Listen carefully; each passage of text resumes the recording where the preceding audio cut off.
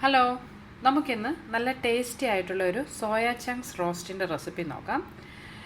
ഇന്ന് ഞാൻ ഈ ചെയ്യുന്ന റെസിപ്പി നമ്മളുടെ ബീഫ് റോസ്റ്റൊക്കെ ചെയ്യുന്നത് പോലെ തന്നെയാണ് നമ്മൾ തയ്യാറാക്കുന്നത്.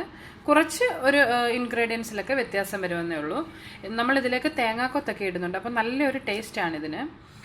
പലർക്കും ഈ സോയയുടെ ആ ഒരു ഒരു ഒരു ഒരു പ്രത്യേക ഒരു സ്മെല്ലുണ്ട് അതിന്.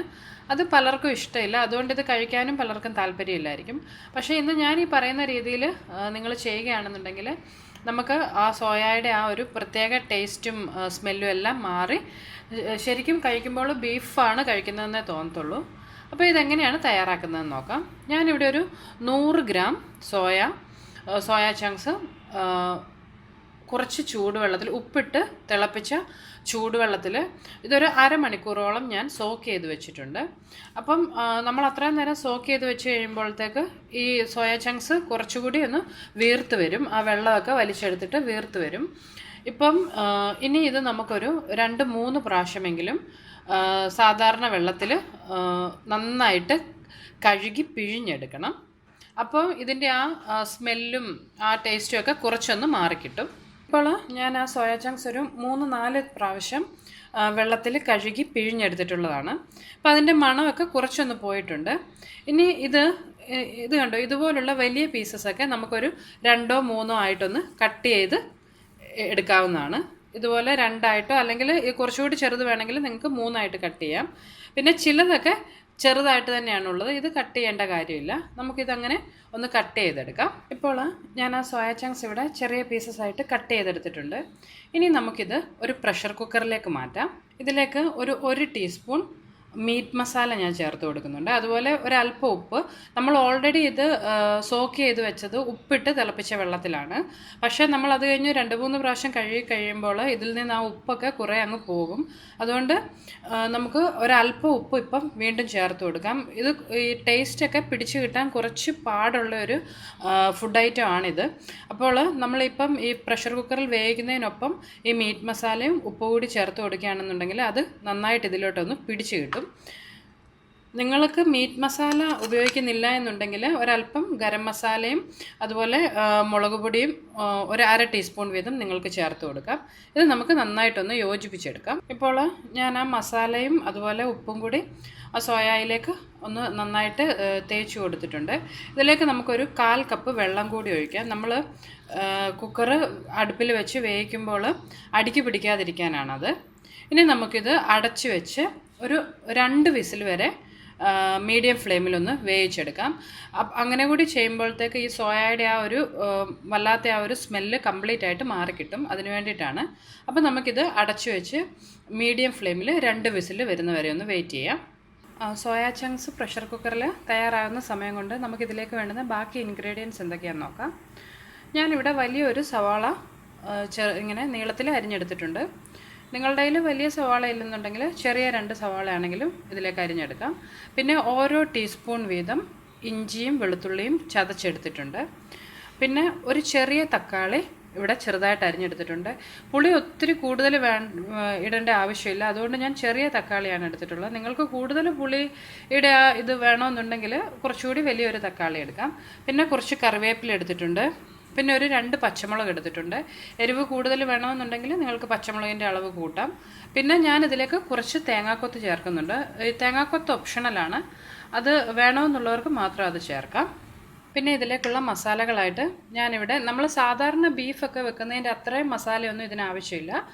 ഇവിടെ ഒരു 1/2 ടീസ്പൂൺ മഞ്ഞൾപ്പൊടി, 1 ടീസ്പൂൺ മുളക് പൊടി, ഒരു 1/2 ടീസ്പൂൺ കുരുമുളക് പൊടി, 2 ടീസ്പൂണോളം മല്ലിപ്പൊടി, 1/2 ടീസ്പൂൺ ഗരം മസാല, ഇത്രയുമാണ് എടുത്തിട്ടുള്ളത്.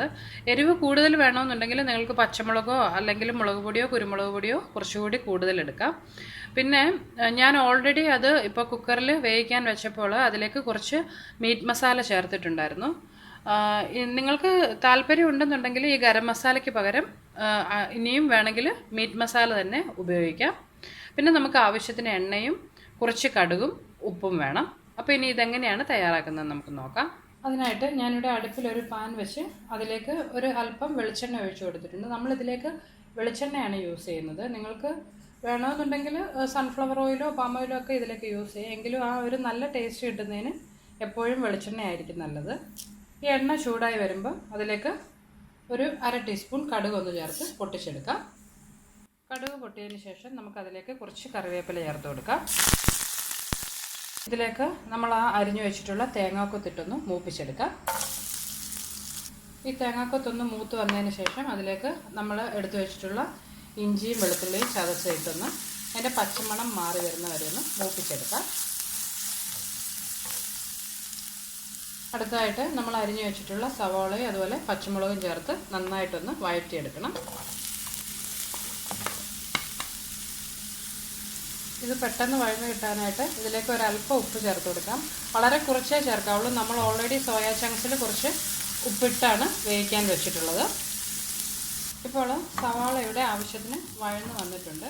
ഇനി അടുപ്പിൽ തീ കുറച്ച് വെച്ചതിന് ശേഷം നമുക്കിതിലേക്ക് എടുത്തു വെച്ചിട്ടുള്ള പൊടികളെല്ലാം ചേർത്ത് കൊടുക്കാം. ഞാനിവിടെ മല്ലിപ്പൊടി, മഞ്ഞൾപ്പൊടി, മുളക് പൊടി, കുരുമുളക് പൊടി, ഗരം മസാല ഇത്രയുമാണ് ഇപ്പോൾ എടുത്തിട്ടുള്ളത്. പിന്നെ ഒരു അല്പം മീറ്റ് മസാല നമ്മളിതിലേക്ക് അവസാനം ചേർത്ത് കൊടുക്കുന്നുണ്ട്. ഈ പൊടികൾ നമുക്കിപ്പോൾ ഒന്ന് ആ പച്ചമണം മാറി വരുന്നവരെ ഒന്ന് വഴറ്റിയെടുക്കാം.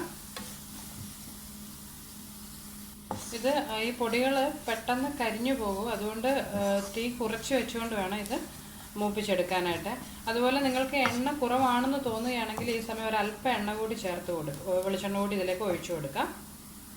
ഇപ്പോൾ ആ പൊടികളൊക്കെ നന്നായിട്ടൊന്ന് മൂത്ത് വന്നിട്ടുണ്ട്. ആ പച്ചമണമൊക്കെ ഒന്ന് മാറി കിട്ടിയിട്ടുണ്ട്.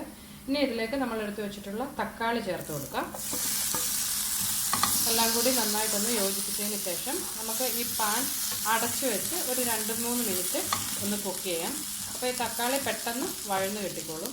തീ ഏറ്റവും കുറച്ച് വെച്ചുകൊണ്ട് വേണം. എന്നാന്ന് വെച്ചാൽ ഇതിൽ വെള്ളത്തിൻ്റെ അംശം വളരെ കുറവായതുകൊണ്ട് ചിലപ്പോൾ പെട്ടെന്ന് കരിഞ്ഞു പോകാൻ ചാൻസ് ഉണ്ട്. അതുകൊണ്ട് അടുപ്പിൽ തീ കുറച്ച് വെച്ചതിന് ശേഷം നമുക്കിതിനെ അടച്ചു വെച്ചൊരു 2-3 മിനിറ്റ് ഒന്ന് കുക്ക് ചെയ്യാം. ഇപ്പോൾ നമ്മുടെ തക്കാളി ഇവിടെ നന്നായിട്ട് വെന്ത് ഇത് ഗ്രേവിയുമായിട്ട് ചേർന്നിട്ടുണ്ട്.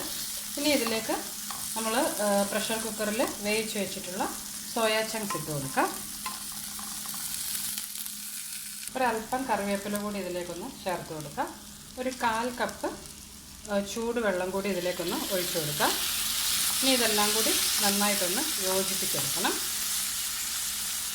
ഇപ്പോൾ ഞാൻ ആ സോയ ചങ്ക്സ് ആ മസാലയുമായിട്ട് നന്നായിട്ട് യോജിപ്പിച്ചെടുത്തിട്ടുണ്ട്. ഇനി നമുക്കിത് അടച്ചു വെച്ച് മീഡിയം ടു ലോ ഫ്ലെയിമിൽ ഒരു 5 മിനിറ്റ് ഒന്ന് കുക്ക് ചെയ്യാം. ആ സമയം കൊണ്ട് ഇതിലേക്ക് ആ മസാലകളൊക്കെ ഒന്ന് പിടിച്ചു കിട്ടുന്നതിനാണ്.